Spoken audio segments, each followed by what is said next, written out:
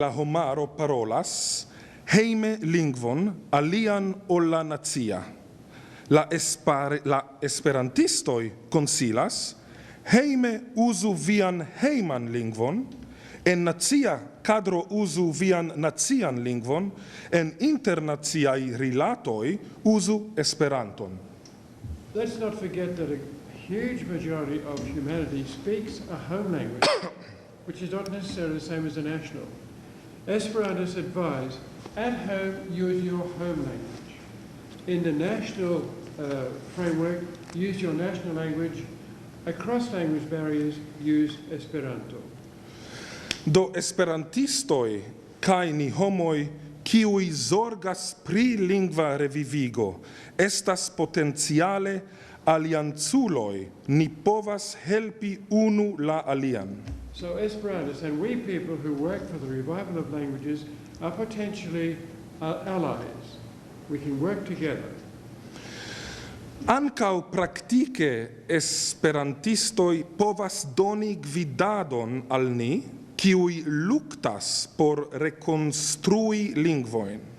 Even practically, Esperantists can give help to us who are fighting to reconstruct languages. Kiel en la exemplo de la hebrea, ne eblas simple revivigi lingvon exacte tia kia gi estis. As in the example of Hebrew, it's not possible to reconstruct a language exactly as it used to be. Necessas elpensi multain novain vortoin por la moderna vivo, kiun la mortinta lingvo ne havis. It's necessary to think out a huge number of new words which the old language did not have. Foje necessas ec draste modifi lingvostrukturoin. Sometimes it's even necessary to drastically change the language structure.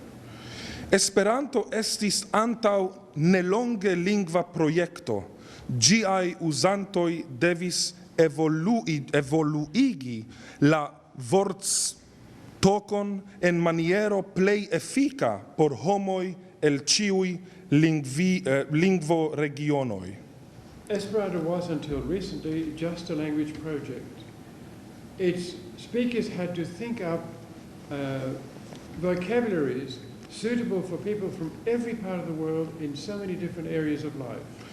Necessis crei vortaroin por las sciencoi, la commerza vivo, filosofio, sporto, literaturo, religio, cae tiel plu.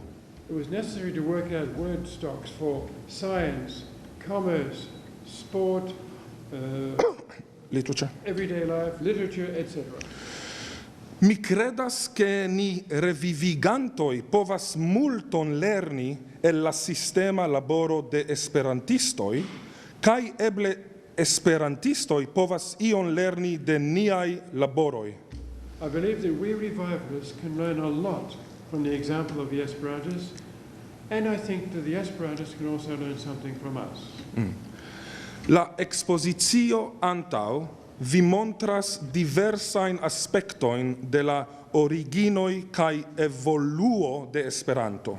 The exposition in front of you over there will show various aspects of the origins and the development of Esperanto.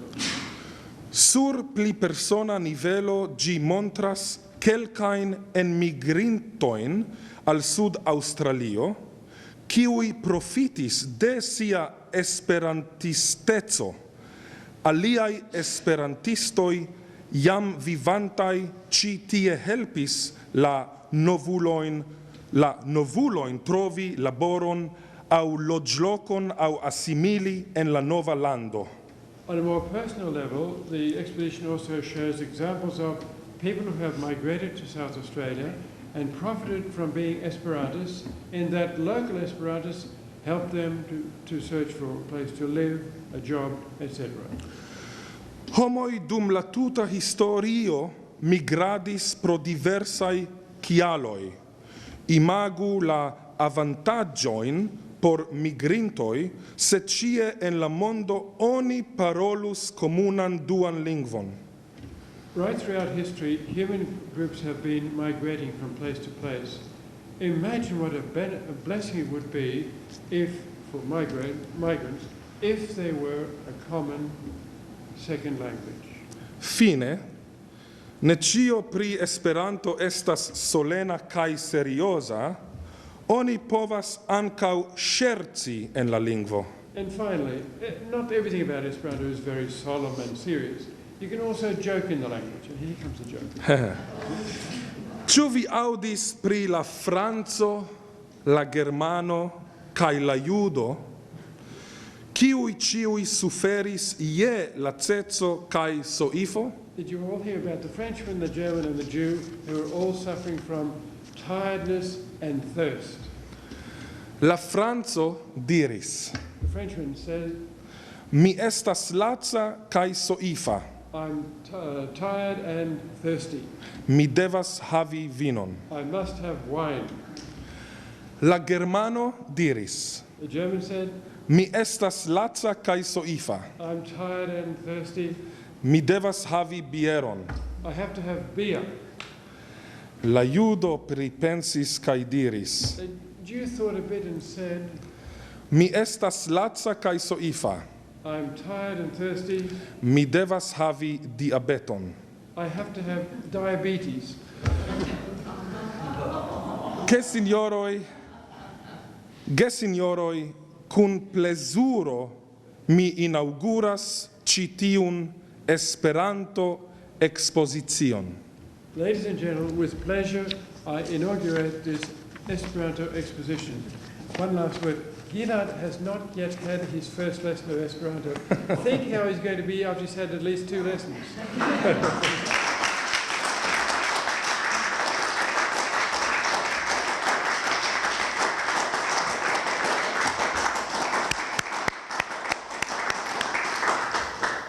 Yeah, thanks for that very inspiring talk. I enjoyed it. And yeah, that's a good example. I mean, surely you might say he's published in 8 languages and who knows how many else he speaks, so it's probably easier for him. It probably is, but it is easier than other languages. And my grandmother was 70 when she learned Esperanto, and she did really learn it. So thank you very much for that double act. Okay, now we have the great pleasure to, I'm really happy that Kelly, who works for the design company Parallax, will say a few words. And I might just introduce the story, how this came about. We just wanted basically a commercial quote, how much it would cost if we did this commercially. So we asked, well, Kelly, she came along and had a look, talked about it, and then eventually the company and Kelly told us that they'll do once a year, they do a project for the community, and this year we are the lucky ones to be done. So I was very impressed, and there's a bit of a history to it too. Obviously Kelly had something to do with Esperanto before, but I think she might mention that. Well, anyway, well, her father is here and her mother, and her dad had some contacts with Esperanto a little bit in the past, so she wasn't totally green about it. Okay, thanks, Kelly. Thank you, Shandor. As Shandor said, Parallax is a brand and communications design studio, and as he said, each year we support a non-for-profit client to help them realise design projects like this exhibition. Donating our time is rewarding, and especially on days like today when you can see how design can make a difference to an organisation or association. Working on this project, I learned that Esperanto is actually quite similar to design. It's about solving a problem and communicating a solution in a simple and effective way. So I'm going to keep it short and sweet, but I would like to thank Elspeth from the Migration Museum, and in particular Trevor and Katia and Shandor for all of their hard work in putting this together, and all their support through the whole process, and I think we can all be proud of what we've achieved. So thank you.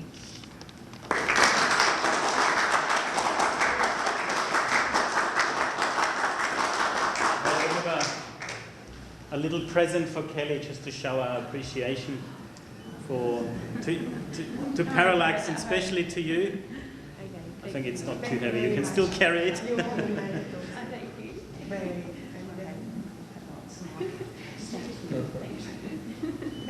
Wow. clap for Parallax.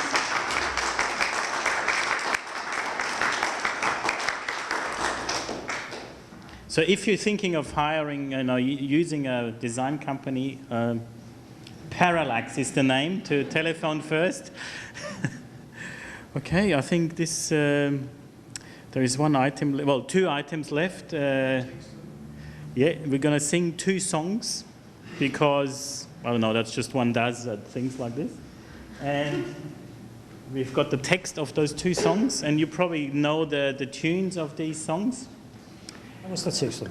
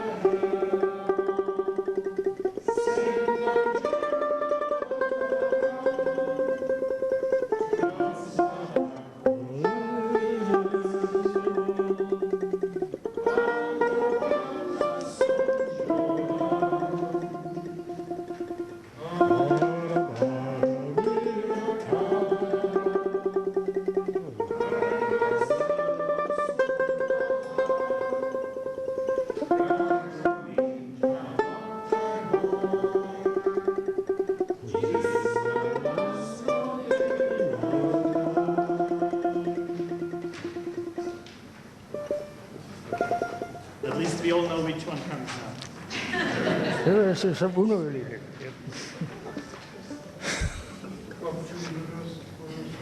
Oh, yes, my preference is to